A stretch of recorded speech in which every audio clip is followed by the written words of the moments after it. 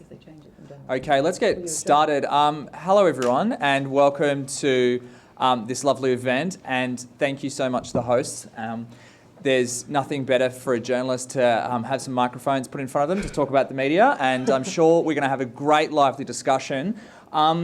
So first things, actually, I should say there's nothing better in my mind than getting as much feedback as possible. So there'll be heaps of time for questions.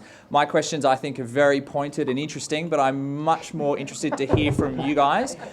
So what we'll have, there's a microphone here, and I'll have as much time for questions as possible. When we do, this is one of my passions in life. Please, you can introduce yourself, of course, but let's make it a question and not a point of order. And also, please live tweet and make sure you use the hashtag #MediaBrexit, just so we can all see those later on. My name's Mark Stefano. I'm the media and politics reporter from Buzzfeed News. You probably can hear I'm not from here. I'm from Australia. I came here 2 years ago. My background, I worked at the ABC, which is Australia's version of the BBC, for 5 years in radio and TV. I worked as a crime reporter, and then I worked in Darwin as a TV reporter. And then I've been at Buzzfeed for 5 years now, and here for 2 years on the media beat. So that's a bit about me. I'm really passionate about the media. I think you guys in this country have one of the best medias in the world that gets some of the best quality newspapers, best quality broadcasting, but also some of the worst elements of Western media are here as well. So, it's there are trade-offs. There are trade-offs.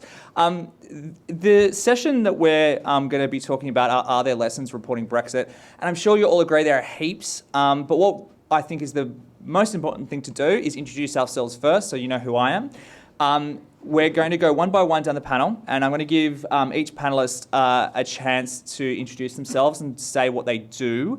But also, one little question to start off. I want them to give a grade from A to F of what they think, how the media has done with Brexit. So if you think it's been really good, an A grade, or really bad, an F grade. So Suzanne, do you want to introduce yourself?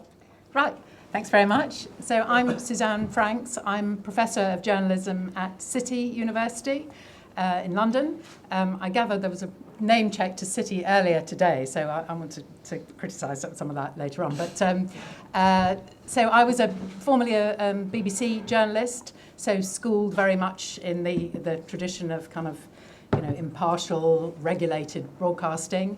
And after that, I was an independent producer, and then I did a PhD and became an academic. Although I still do some broadcasting, and I'm still sort of very much aware of what's going on in that part of the woods. And so in the answer to the question, I think I'd give a sort of D-. Ooh, that's tough. Yeah. That's a tough grade. Yeah. Okay, so more room for improvement. A lot of room for improvement. Okay, that's good. And I hope that, in the next stage, and there will be a lot of next stages, we're only a very short way into this drama, that we will get some kind of improvement. And that the particular things that obviously I'm very concerned about is that coming from a broadcasting background and sort of understanding that world of broadcasting, I do think that there was a failure really to grasp right from the start what the dynamic of this kind of a contest was about. And it was just kind of, that's an election, it's like an election, we just take that down off the shelf, and this is how we do elections. And there wasn't really a kind of rethinking, and there's some of them they've been caught on the hop all the way through as to how how you cover a story like this without going into your kind of traditional rules. But then talking about rules and regulation, so that on the one side, I think the broadcasters were kind of too caught up in their rule books and didn't really sort of start thinking outside the box soon enough. But I think on the other side, in the social media, online world, I think we don't have enough rules. And any of you who heard Adam talk earlier about the sort of, the kind of Wild West killing fields out there, I think that we could do it with some more rules going forward as to how that part of our media is. Yeah, I think, I'll come to you later about the BBC, because I think that it's such a behemoth in this country, and it's such an amazing thing to have. It's probably one of the media's best assets. But really, I think there's a lot of things that you probably could improve with the BBC, and maybe some reform that needs to happen. But we'll get to that. James, do you want to introduce yourself and what you do, and also a grade? Yes, hello, my name is James Blitz.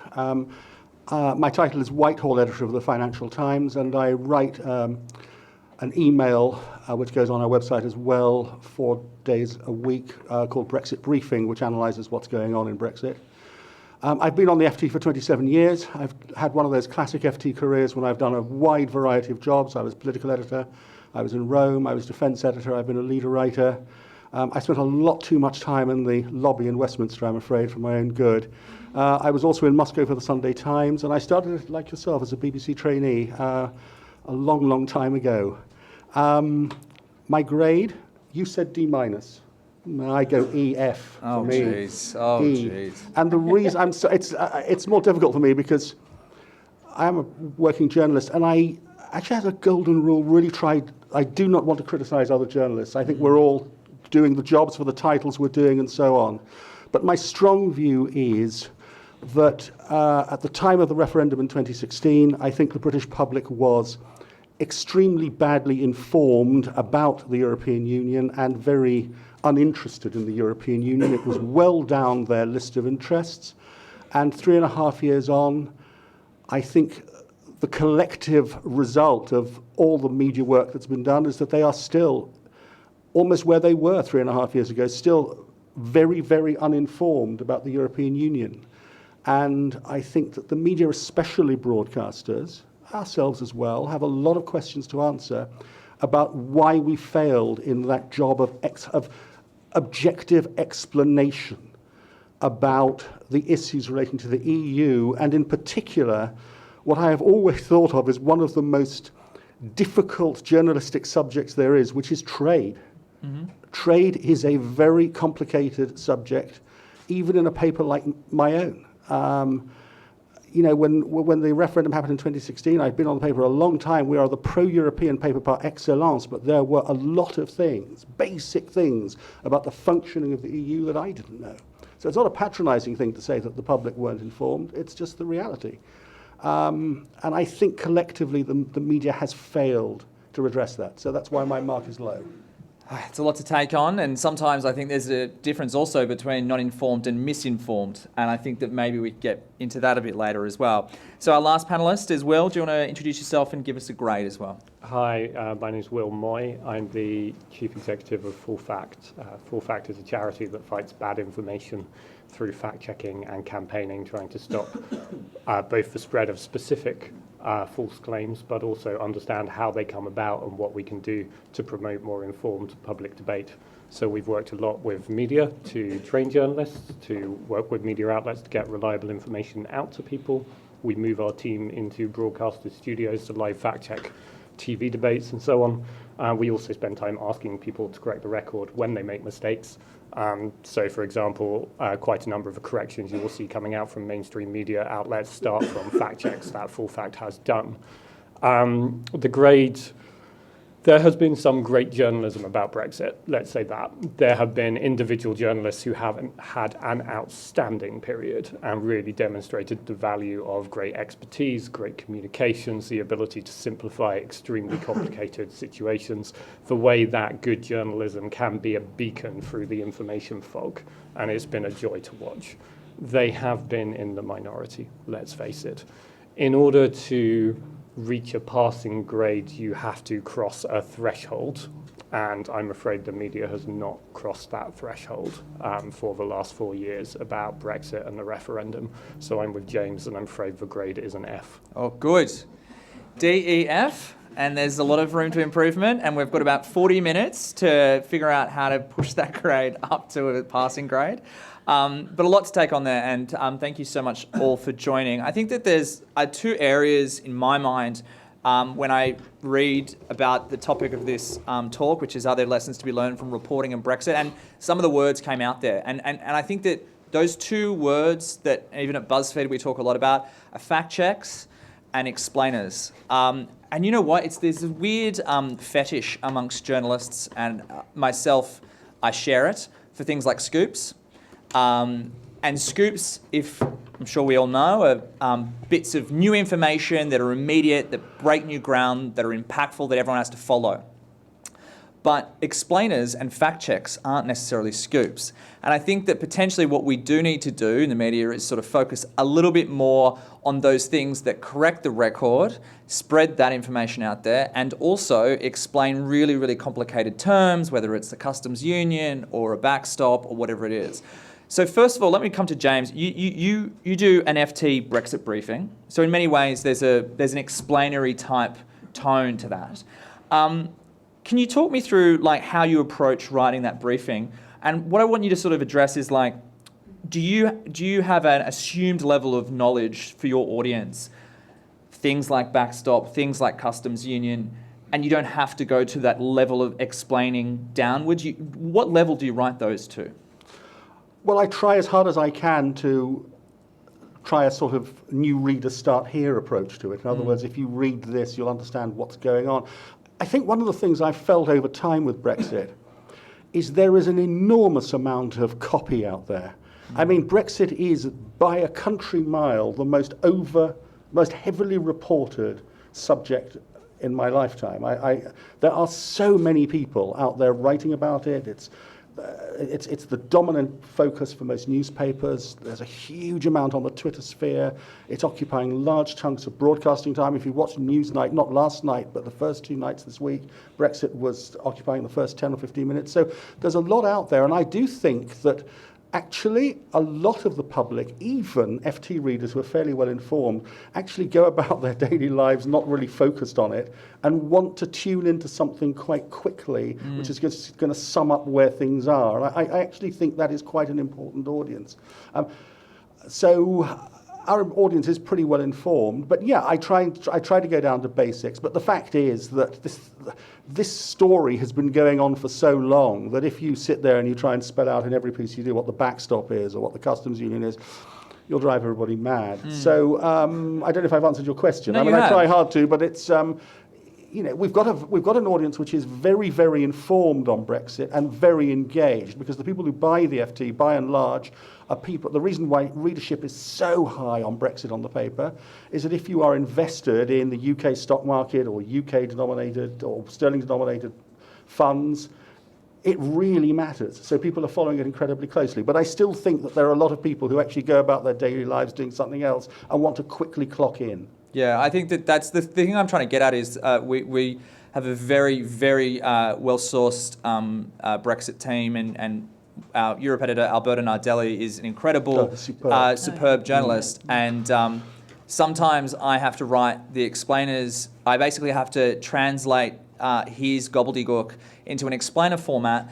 And I got in a very heated argument with him over WhatsApp when we were trying to write the latest one, which was about Boris's proposals, about using the terms like regulatory alignment. And he was just using these terms. I'm like, nobody knows what regulatory alignment is. And he goes, no, it's simple. Like the regulations are blah, blah, blah. I'm like, no, people don't understand. And I think that, and he also, we joke that he has a copied and paste phrase for explaining the backstop to our readers about, you know, the backstop, which is the insurance policy that keeps the border open between Ireland and Northern Ireland. There is even a phrase that we insert into our stories. I think that that's what I'm trying to sort of get at is when we're trying to explain these things to people, a lot of the times the journalism is writing over people's heads. And I think that that's our challenge, to really figure out a way, okay, so the FT's audience, very informed, but what about the Mail Online's audience? What about the Metro's audience? What about the newspaper, the free newspapers? Are they informing their audiences in a way you think is appropriate? Do you want to speak to that, like that sort of? Me? Yeah. Yeah, well, you go first. The thing I would say on that is that for me, it's not so much them, but it's the broadcasters. Again, I don't want to focus on who's made mistakes in the record. Everybody's doing you made a very good point. There's lots of good journalism. I just feel that in broadcasting, especially the BBC, I don't think enough space was carved out for in either the website or on TV and radio for simple explanation, slow and simple explanation of what is going on. given the complexity of the subject. The BBC has excellent stuff on fact check, a sort of fact check service, which is really good, but I don't think it's a big enough part of their output. If I look at a program like Question Time, for instance, which I think one always watches as a political journalist because you get a good sense of where the public is.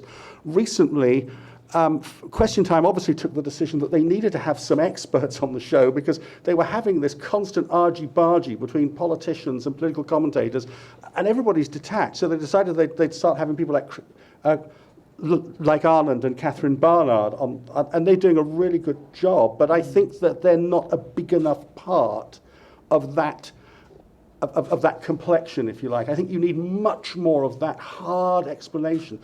Very often as well, broadcasters have given the impression, and this is not so much about explanation, but more about the weight that different players have, especially this was the case during the referendum, that if you have on a couple of economists who are pro-Brexit, this has somehow got the same weight as all of the international institutions which are making arguments against. Yeah. And I think that hasn't been made clear properly. So you've got someone like Gerard Lyons or Patrick Minford. That's fine. You've got a couple of people there, but you did have in the referendum and beyond the IMF, the OECD, the Treasury, the Bank of England, all saying stuff. Yeah. And I just do not think that weight, those different weights, have ever been properly explained to the public. Yes, no, I mean that was exactly the point I made in my opening. That this idea that you can approach this as you would approach an election in terms of you balance on the one hand this and on the one hand that, was a terrible mistake,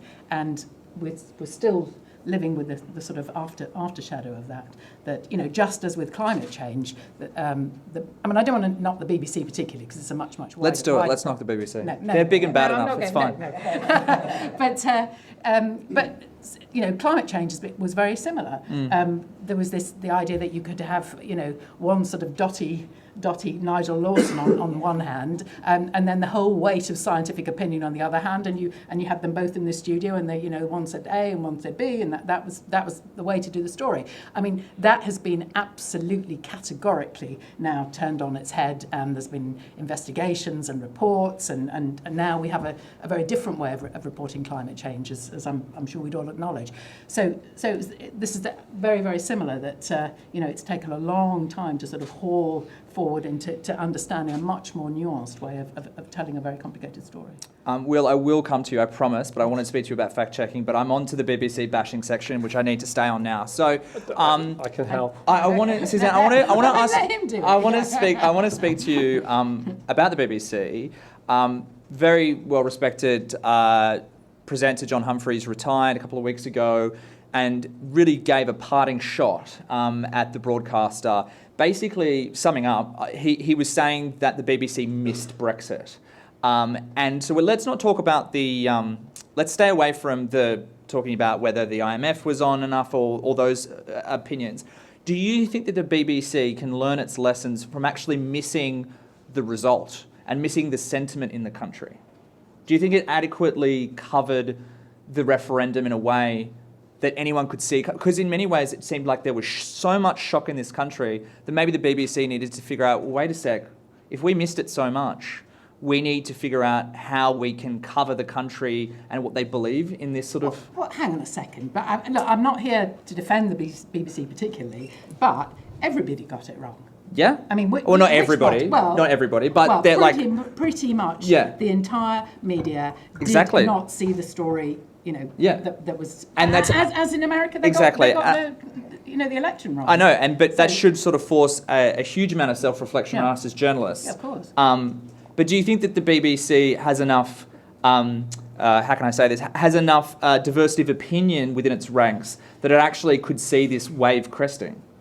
Yeah, but why are you saying particularly the BBC when the rest of the media? Well, because it's the biggest broadcaster, it's the public broadcaster. Yeah, well, yeah, I mean, obviously, everybody got it wrong, and there's a lot of argument on, there's a lot of credence to the argument that everybody stays in their metropolitan bubble, talks to lots of other people that think that staying in the EU was a great idea, and we all agree with each other, and that's the story. And I mean, it's self-evident that people didn't get out enough, they didn't talk enough, they didn't report stories in the in America in the flyover states or the outside London. That that's obviously obviously the case now. I mean, I happen to have some roots in the northeast of England, and I just towards the end of the referendum was sometimes going back there and sort of talking to people there, and it was so disjointed. I mean, no way did I predict the outcome, but it was so disjointed what I was hearing from my parents-in-law carers and all the sort of neighbours and people in Grimsby, which is one of the biggest majorities for Leave, that I began to feel sort of slightly odd and sort of slightly uncomfortable whenever I came back to London in that period. But that was the only sorts of inklings that people had. So. Yeah, I mean, I only bring that up because we're probably headed for an election, maybe December, early next year, and if the government runs on a platform of no deal, it seems to specialists, a lot of people in the media, a mad idea, but there will be people out there in the country that will vote for this sort of thing, and whether that opinion is being adequately presented on the BBC. I guess that's what I'm trying to get at. Have we learned the lessons of 2016 for when, if there is a no-deal election in a couple of months' time? Could I quickly jump in on that point? Because I think you're absolutely right that it is about who the journalists are and not just about reporting practices. I was talking to somebody recently about the BBC's new apprenticeship scheme, and they've made a real effort to bring in a wider range of apprentices into the BBC in order to have a more diverse group of people working at the BBC, which I think is a great thing, whether it's news or whether it's anything else. Part of the experience they've then run into is the senior staff at the BBC don't expect the kind of contributions they're getting from these new apprentices and don't know how to handle them and maybe don't come across as welcoming of them. All that by way of saying it takes years to change culture. So if we're talking about how do we make sure that we report the next election better, how do we make sure we report the negotiations in the next couple of weeks better, we can't be talking about that. Sure.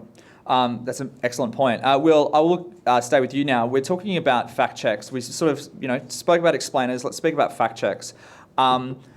I really like them. I think that the internet really likes them. But the worst part about fact checks is often the fact doesn't actually get as far play as the lie or the actual story that you're fact checking. One of the excellent full fact pieces they did recently was a fact check about a viral story about hedge funders and about whether there were city hedge fund people shorting and those donors were donors to Boris Johnson. Can I just get you to talk a little bit about that fact check and about the process of reporting that out? Sure, and it should be said, the credit for this work belongs to our actual fact-checking team, which is led by our editor, Tom Phillips, and a really great group of reporters who do that work. I'm no longer hands-on the editorial side, so I am very much now going to take credit for other people's work. I apologise. This was a very high-profile, very important claim. There are obviously lots of stories going around about the integrity of the Prime Minister in one way or another, but the idea that the entire direction of government policy on Brexit is being driven by hidden financial interests could not be more important if true. It was, the claim essentially was that Boris Johnson is being backed by investors who have a financial interest in a no-deal Brexit, and that they had invested in shorting equity to achieve that, to benefit from that, and they were supporting Boris Johnson in order to ensure that they received those benefits. And this story was the result of months of reporting by the outlet concerned, not a well-known one, and they had put it out. And we didn't look into the months of reporting they've done. We haven't looked into the links between the Prime Minister and the various backers they've talked about or their views on Brexit in any great detail. We were focused on one particular thing, which the Financial Times also wrote about, which was the numbers they used. And they had used a set of data about what stocks had been shorted over time, which is sort of released daily.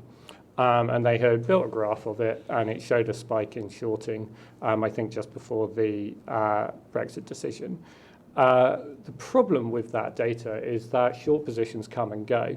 They essentially, decay over time. So that if you take a short position for a very long time, say 90 days, it will still be in your data after 90 days. But if you've only taken it for a week, then it won't be there after a week. So if you want to know what positions people took 90 days ago. You have to go back and look at the data 90 days ago. You can't just take a snapshot of now. Unfortunately, it seems that the original reporting misunderstood how that data worked and therefore came up with a spike in the data that simply didn't exist. And I know that they have now corrected their story, although not a lot of people have noticed that. Yeah, and I think that was what was so interesting was this was a story that was put out and melted down the internet. Everyone was tweeting about it. Huge blue check Twitter accounts that not necessarily were big political followers were going, oh my God, Boris Johnson is trying for a no-deal Brexit because his donors have shorted the pound. And we have a sort of a social media monitoring tool called Buzzsumo, which a lot of people use, and we could see that it was shared hundreds of thousands of times, so really had been exposed to millions of people. Like a Brexit story, for those people thinking, these are that's like a spike. That's a really, really well-read Brexit story. And then you see the full fact story, and again, a lot of people are sharing it and saying, oh, look, this sort of thing. But it didn't get nearly close to the amount of coverage that the original claim did. And I think that is the really interesting thing and problem for an organisation like Full Facts is that how can you expose more people, if anything, like to the vaccine, like expose more people to the medicine because they've taken on the viral post and they're spouting it off on Twitter threads and things like that. So, one way I'm guessing is partnering with other organisations. Is that what you're about to say to me when you're nodding? No, actually, that battle's not worth fighting. It's not worth fighting? Yeah. So if you think fact-checking can work that way, please give up. That is not how fact-checking works. If the game is that some people will put out false information, other people will put out true information, and you have to reach all of the people reached by the false information and then persuade them differently, that game is not capable of being won. And that is not what Full Fact does with our time. Fact-checking works on several levels. Yes, absolutely, we reach an audience of millions of people directly. We give people information to make up their own minds, whether that's mothers deciding whether to vaccinate their children, and a mum rang us up a couple of months ago to say, I only decided to vaccinate my kids because of your work, and I'm proud of that, and it matters. And fact-checking has a second consequence, which is it is a deterrent to people who would misuse information in public life. And that's important. It's about changing the behavior of people in positions of power. But in order to make fact-checking count, it can't just be a competition for views and hits and reach. The next step is to ask people to crack the record, is to keep going after the point of accuracy and the standards of accuracy, even when the news story has moved on. So it's because of us that Byline Times have actually corrected their story. And therefore, I think it will be much harder for any mainstream media, major media outlet to pick it up and run with it and give it a much larger platform. It's because of us, by the way, that the Daily Mail has a corrections column. And several other newspapers followed its lead in creating one because of the work we did. So we start with the individual fact checks, which are important. Then we say the job is to stop the spread of specific unsubstantiated claims, not just by arguing them out, but also by getting corrections from the original sources to get them to stop repeating the claims, because repetition is where false information does the most damage, as we've famously seen in the Brexit process. And then the third part of the job, and why this conversation is so important, is to look for the patterns in the thousands of fact checks we've done and work out where does the system go wrong that lets bad information become widely known. How does rubbish stories get widely spread in the media? Is it that the journalists don't have time? Is it that they don't have the knowledge? Is it that there aren't the standard processes? Can we improve the corrections processes? Why does government put out false information? Can we improve the quality of government information? We've worked in both those spaces. We're working with Facebook to improve the quality of information on Facebook and to scrutinize the content that's publicly posted on there. So it's about going upstream. Because even in the democratized information age we all live in now, there are still pinch points in the information flow, places where people hold huge amounts of power over what millions of people see, and how those people behave matters. And that's why this conversation matters so much. Journalists have, I think, been browbeaten over the last few years. It is an industry that feels in decline. It is a job in which you are asked to do more with less, generate more stories on more channels, too tighter deadlines, with less support from sub-editing and editing and all the rest of it. It is hard to be a journalist at the best of times, and these are not easy times to be a journalist. And it's very easy to forget the power that the media holds. In this country, 3/4 of people get news from television. That's more than the internet, whatever you and your London bubble might think. 4 out of 10 of us get news from newspapers and from radio. These are enormously important shapers of society. And journalism has that power. And what I find extraordinary is how they have failed to recognize that they are part of an adversarial process at the moment. If you are a journalist, you are the victim of constant attempts to manipulate you. That is the reality of active political campaigning. And the political campaigners understand the rules by which the media works. They understand that you get a rebuttal quote at the end of a story, and nobody will scrutinize what you say at the end of that, in that rebuttal quote. So you can more or less get away with talking complete nonsense in that last paragraph of the story and having the final word. They understand how anonymous quotes are used, and they understand that you can use them as vehicles to spread political messages without meaningful accountability. I was talking to our editor, Tom Phillips, about this earlier, and he made the distinction that journalists sometimes merge habits and principles and fail to make that distinction. There are lots of habits about how journalism is done which start in important principles. Protecting your sources is an important principle. Giving people a right of reply is an important principle.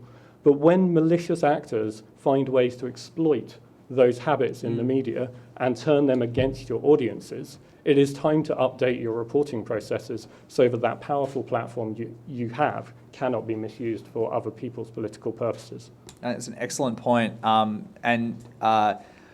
If we're all going to be anonymously quoting Dominic Cummings, we should be aware of those points. Suzanne, can I come to you now? We're going to do one more comment each before we ask some questions from the audience, so people get your thinking caps on. Suzanne, let's go back to the BBC. I'm not going to BBC bash, I promise. But what do you think, if you were BBC DG tomorrow, I'd bestow that upon you, what are some of the changes you would make to the BBC, reflecting on those lessons that we can learn from this whole Brexit process? What are some of the things that you would do as DG?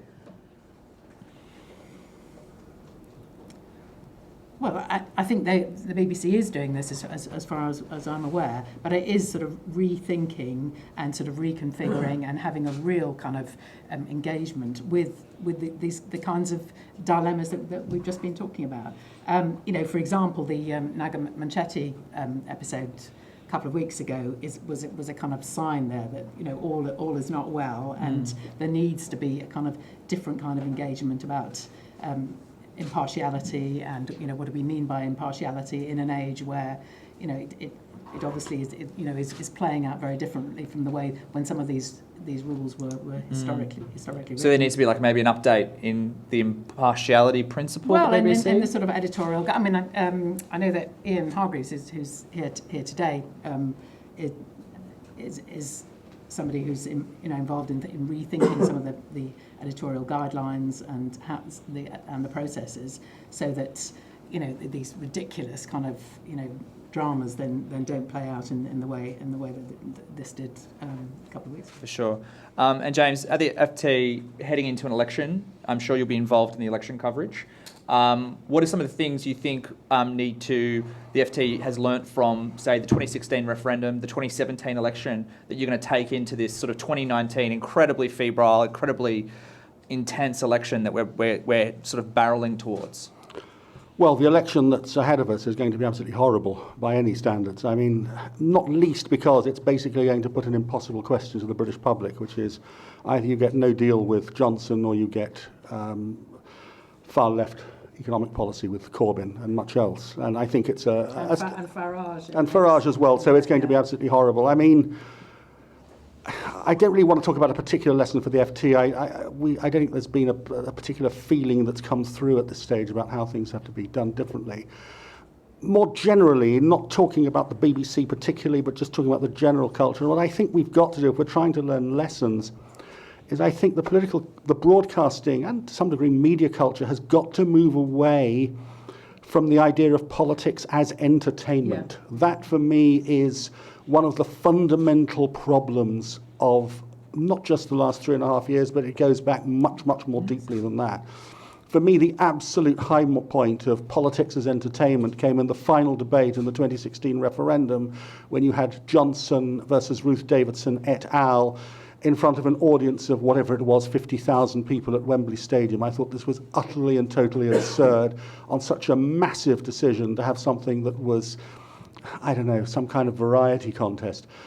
I mean, obviously, we've moved a long way from the 1975 Europe referendum, where the high point was a quite brilliant debate, which is still well worth watching, between Roy Jenkins and Tony Benn, sitting alone in a studio with David Dimbleby. But I think if they watched it, the British public would have found out a great deal more about the European communities at that point than they would have found out from anything in the election campaign, in the referendum campaign, or anything else. But my point is, one's got to try and move away from this idea of politics as entertainment, with pseudo-political sort of commentators who are pseudo-politicians coming on and talking on behalf of political parties, not quite clear what their relationship is to the party, with people sort of being put into a kind of question time, gladiatorial contest, which is, I think, honestly become utterly tedious and totally uninformative to watch. And that is worrying, because it is the one programme regularly on television which actually, where the audience is actually a participant. And I think the decline of that is actually a very real statement about our culture. But again, that's not to criticise a particular programme which produces. It's just where we've got to generally. And that, for me, is the big lesson. We've all got to step back from that, because the issues are just now... I think you've got to be very naive not to realise that the issues now are really very, very serious indeed, constitutionally and particularly in terms of the economy. And so that needs a much more serious, slow approach to what's happening, rather than moving away from what we have.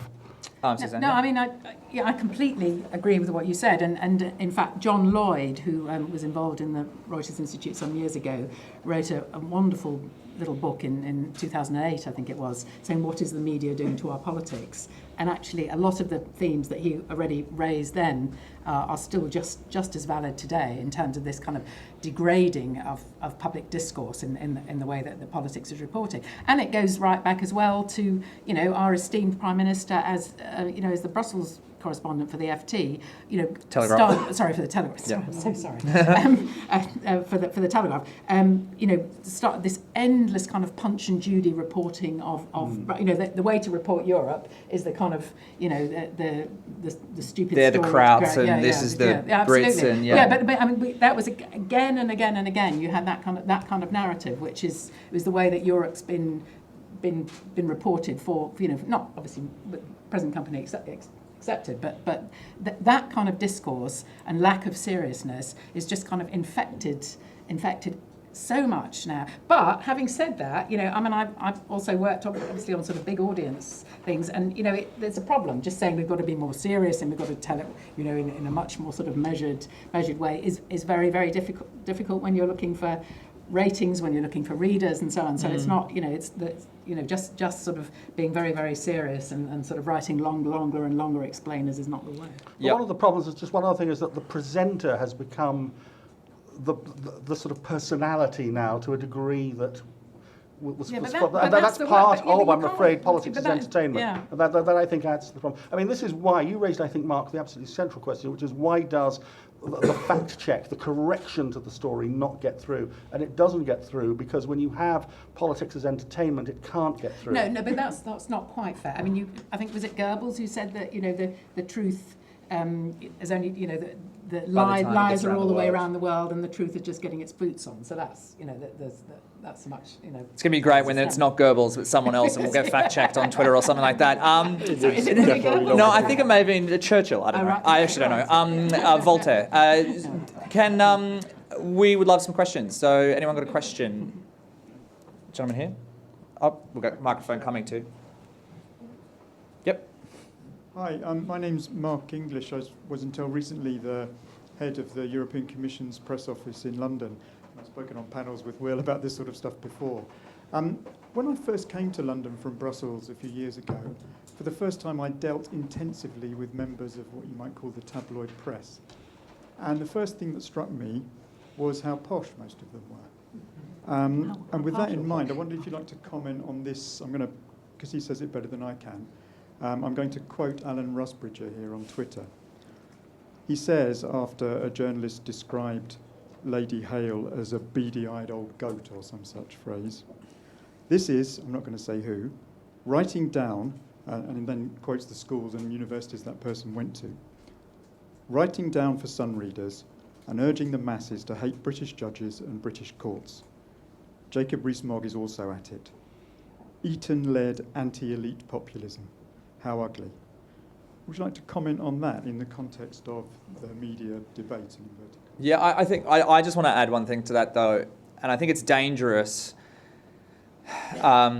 The current US president lives in a golden apartment and he's leading a populist revolt. So I think it's very easy to take the cheap shots at the people leading it, but it's true that these people come from the top classes of society that are leading this arguably working class populist revolt. But does anyone else want to take a note? Well, Will? let me start on what I think you lose in those attacks. Baroness Hale is, whatever you make of her judicial philosophy, an extremely outstandingly distinguished jurist who has devoted her professional life to try to bring fair judgments to the world.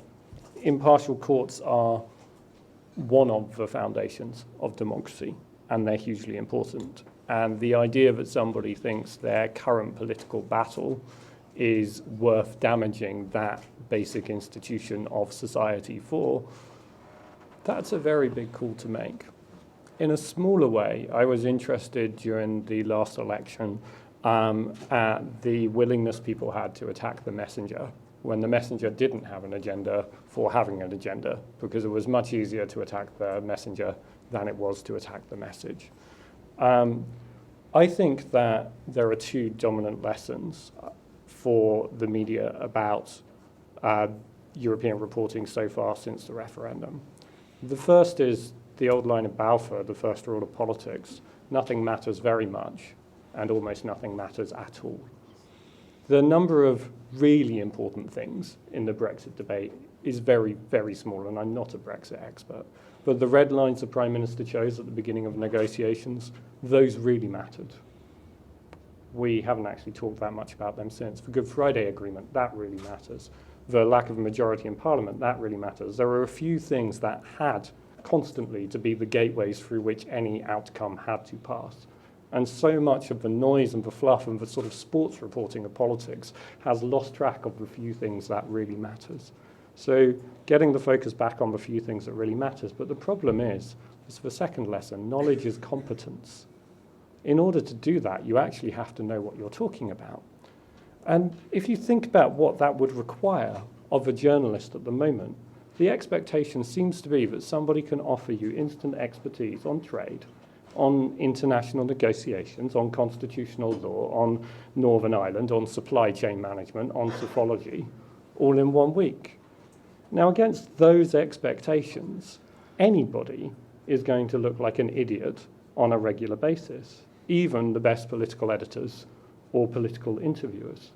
And so from my point of view, as somebody with a rare amount of access to expertise and who spends a lot of time watching the media, I see intelligent, competent people regularly and ritually humiliated by being asked to generate 3 minutes or 800 words on a topic they can't possibly talk intelligently about for that length of time, because we do not have the expertise in the media.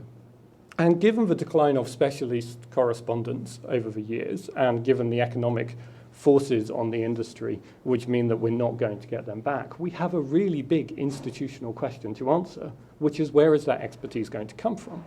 And the fact that we're in a room with UK and a changing Europe is a pretty bright sign of one of the answers to that. If we harness the academic expertise we have in the country and make it useful and communicate it well and make it valuable to the media, then we can have a much more informed public debate. We need to give journalists time to engage with it, and we need to give academics funding, resources, and support to actually talk like human beings and find the subset of academics for whom that's an attractive thing. But if I were a journalist right now, The lesson from this would firstly be, don't allow the attacks on the few institutions that are going to let me do my job properly. And secondly, why am I not writing to the Economic and Social Research Council and saying, we love UK and a changing Europe. Where the hell's the one for social care? Where's the one for housing? Where's the one for the NHS?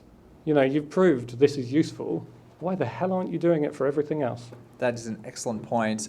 Do we have another question?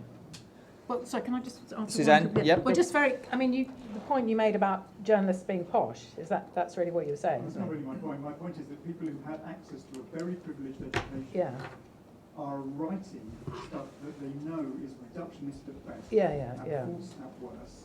And that the effect of that is that it is manipulating those who haven't had access to that privileged education. Yeah. And I would add there, I would also defend the journalists up to a point, because quite often, as anyone who works with the media knows, they haven't actually written the final story themselves, but their copy has been seriously altered in the office.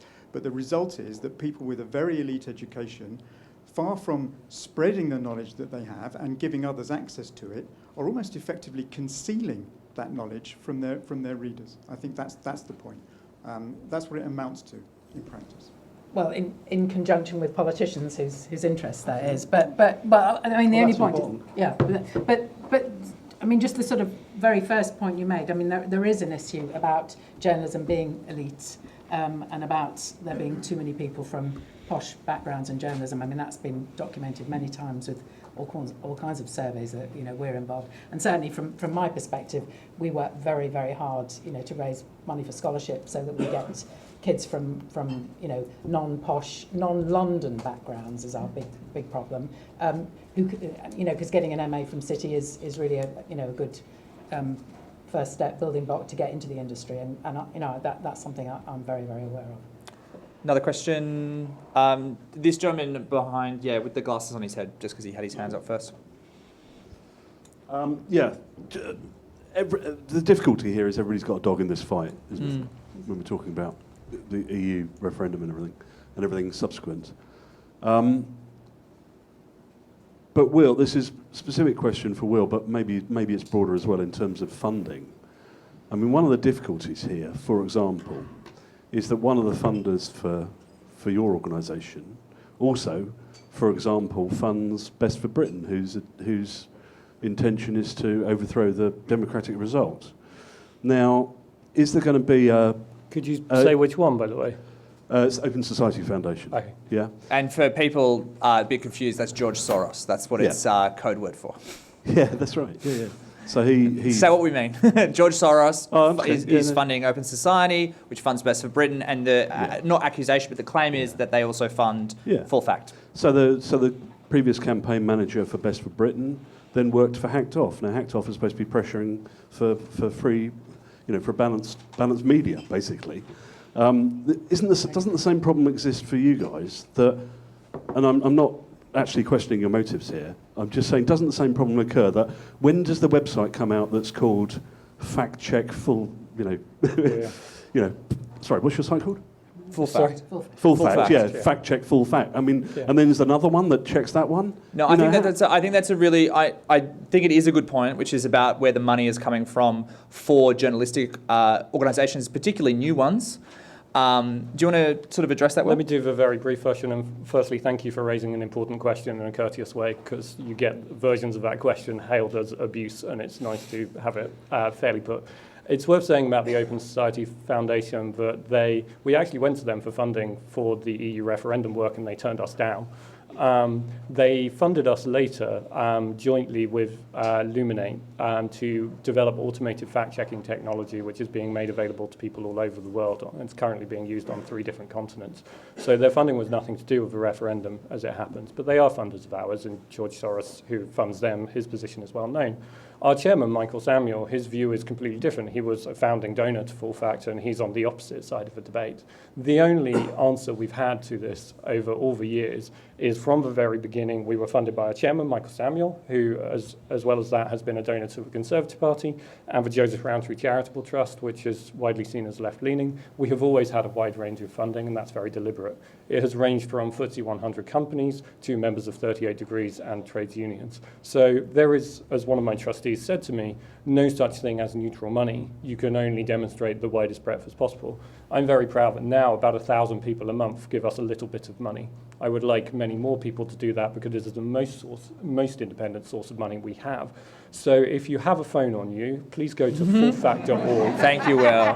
/donate, and you can be part of the answer to this question. That was excellent. You did that so well. Packaged infomercial in a panel answer. Yep, another question behind you, yep.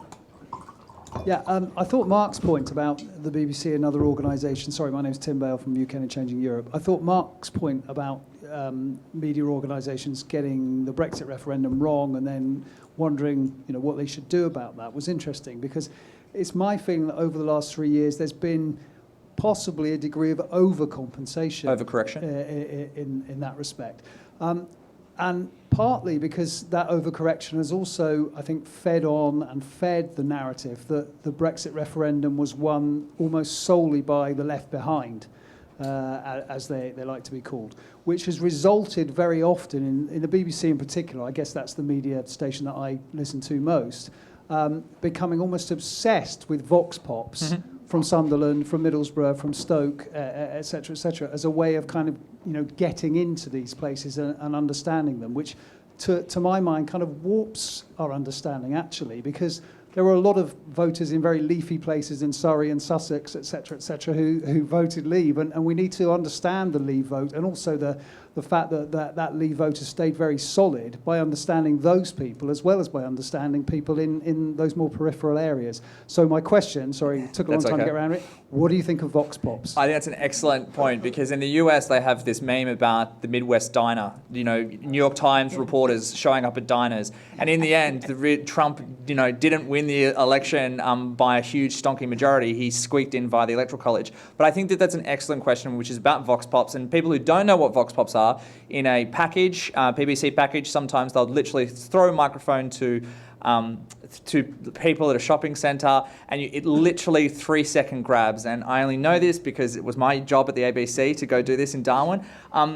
Suzanne, do you want to talk about the value of vox pops, and do you think that they're valuable at all, and maybe we should scrap them?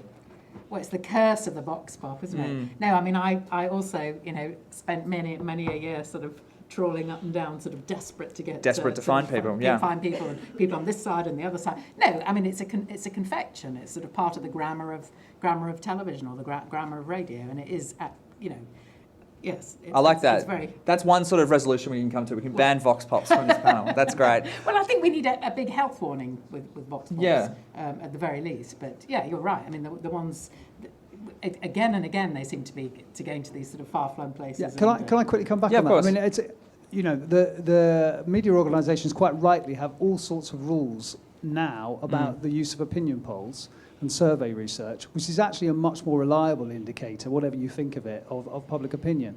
And yet they seem to have virtually no rules on vox pops, which actually in some ways are slightly more persuasive to people, I suspect, than kind of numbers and charts, etc. Yeah, I agree, and I think that even from my own experience, you can get 8 vox pops and collect them, and it is the job of the TV editor back in the headquarters to literally select the ones that fit into the narrative of the thing. And I think that I personally, I'm a big lover of radio. I still think you can get a better sense of where the electorate is by listening to call-in radio.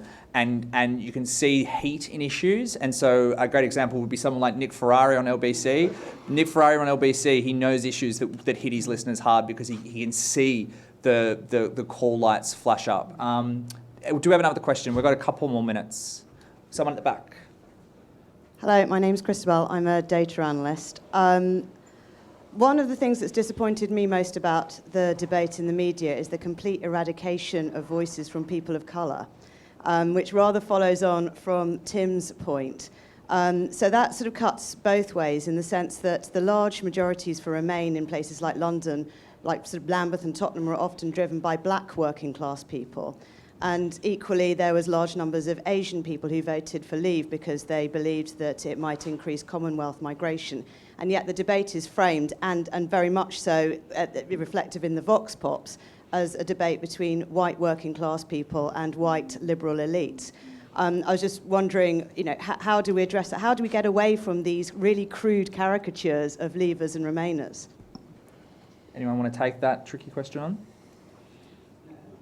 I have a strong view on it. Well, I think that it's. I would just say to that. I think that again, the way we can fix that in newsrooms is by hiring positively when we do. I think that I was at the ABC for a long time. I worked up in Darwin, and we had, we had Indigenous journalists, and the stories about Indigenous issues when the Indigenous journalists covered them were much better than when the white journalists cover them. So I think that what we do need to do at organisations like the BBC is to make sure that the newsrooms reflect the country, I think is one way. I agree with Mark, and the other thing I'd say about the broader question of the crude caricatures of Leavers and Remainers, which I think is a completely fair criticism, is that it reflects this basic point that knowledge is competence. A lot is known, actually, about who voted what way and how different demographics feel and so on and so forth.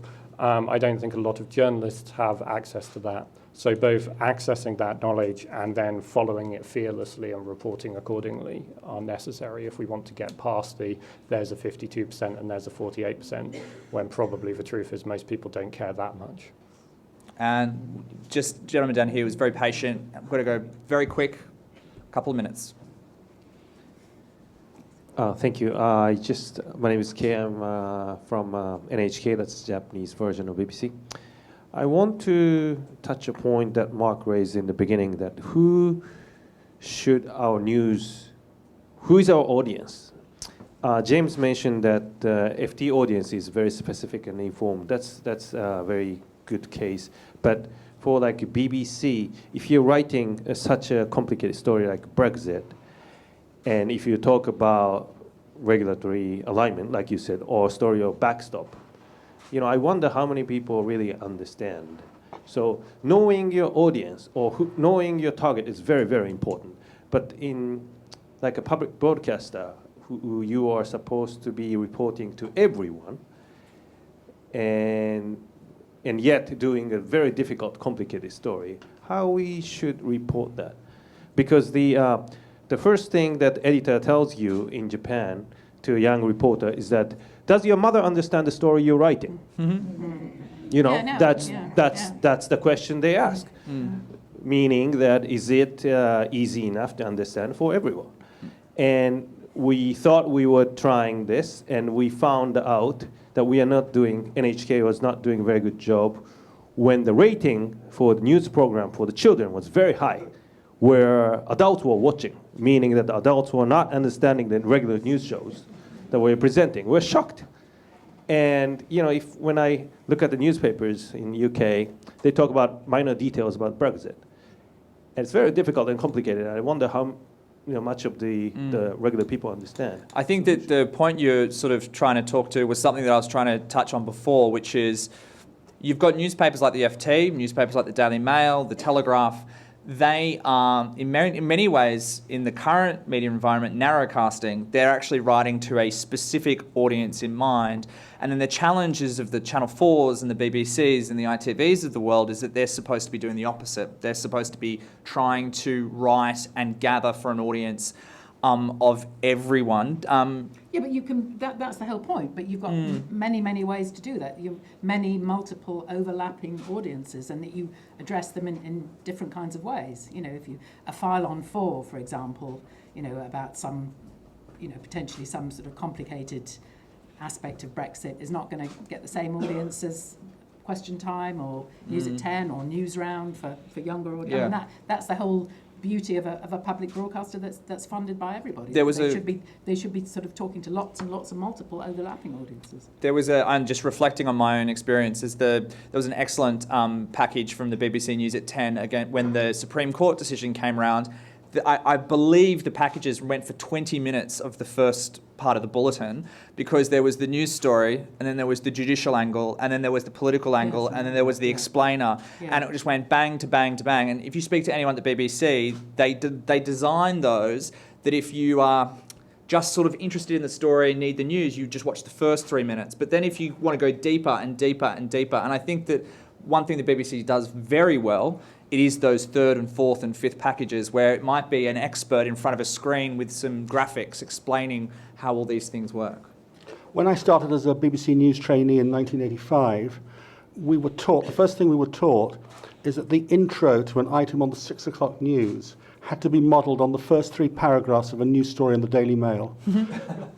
I think things have changed. I tell you what, if that is still the case, that would be quite controversial. I was going to say that's a long way. And Will, just briefly? Just very briefly, I think this is surprisingly easy. It's Brexit. Nobody has a clue about That's anything. very true. And it's an excellent... And we have data to prove it. Yeah. You know, that's not a hypothesis. If you ask, so we did a research briefing recently on public understanding of the economy. Only 16% of the population are very confident that they understand what the term inflation means.